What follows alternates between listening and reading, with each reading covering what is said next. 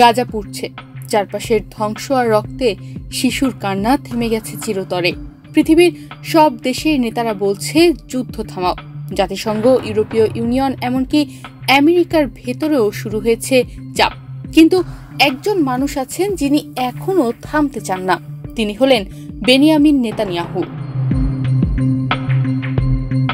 গাজায় একবার যুদ্ধবিরতি চলে, আবার শুরু হয় ধ্বংসযজ্ঞ। চলে একের পর এক অপারেশন। গাজার প্রতিটা শিশুর কান্না দেখে যে কারো মনই কেঁদে উঠবে। এমনকি এই ধ্বংসযজ্ঞের জন্য ক্ষতিগ্রস্ত হচ্ছে ইসরায়েলও। পুরো বিশ্ব বলছে যুদ্ধ থামাও, তবুও যুদ্ধ থামাচ্ছে না নেতানিয়াহু। যেন জেদ চেপে বসেছে তার, সে কোনো কিছুর বিনিময়ে যুদ্ধ থামাবে না। কিন্তু কেন? এই প্রশ্ন এখন পুরো বিশ্বের।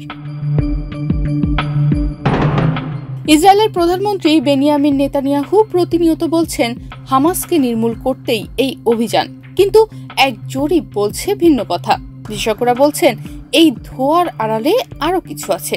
এটা শুধুই সন্ত্রাস বিরোধী যুদ্ধ না, এর পেছনে আছে ক্ষমতা ধরে রাখার এক নির্মম খেলা। ৫৫% ইসরায়েলি বলছে নেতানিয়াহুর আসল লক্ষ্য ক্ষমতায় থাকা। মাত্র ৩৬% মনে করেন তিনি জিম্মিদের মুক্তির জন্য লড়ছেন।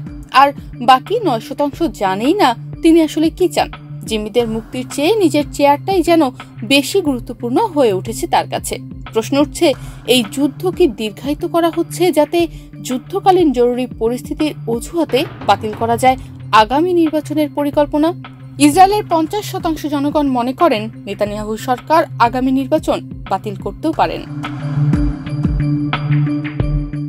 গাজা যুদ্ধ নিয়ে সম্প্রতি এক সংবাদ সম্মেলন করে নেতানিয়াহু। সেখানে তিনি জনগণকে কতটা বিশ্বাসযোগ্যভাবে বোঝাতে পেরেছেন বলে মনে হয়েছে এমন প্রশ্নে ৬২% জনগণই বলেন তিনি বোঝাতে ব্যর্থ হয়েছেন। ৩৪% বলছেন তিনি পেরেছেন, আর ৪% নিশ্চিতই নন। কাতার গেট নামে পরিচিত এক মামলায় নেতানিয়াহুর শীর্ষ উপদেষ্টারা কাতারের হয়ে কাজ করছেন এ বিষয়ে নেতানিয়াহু জানতেন না বলে তার বক্তব্য কতজন বিশ্বাস করেন?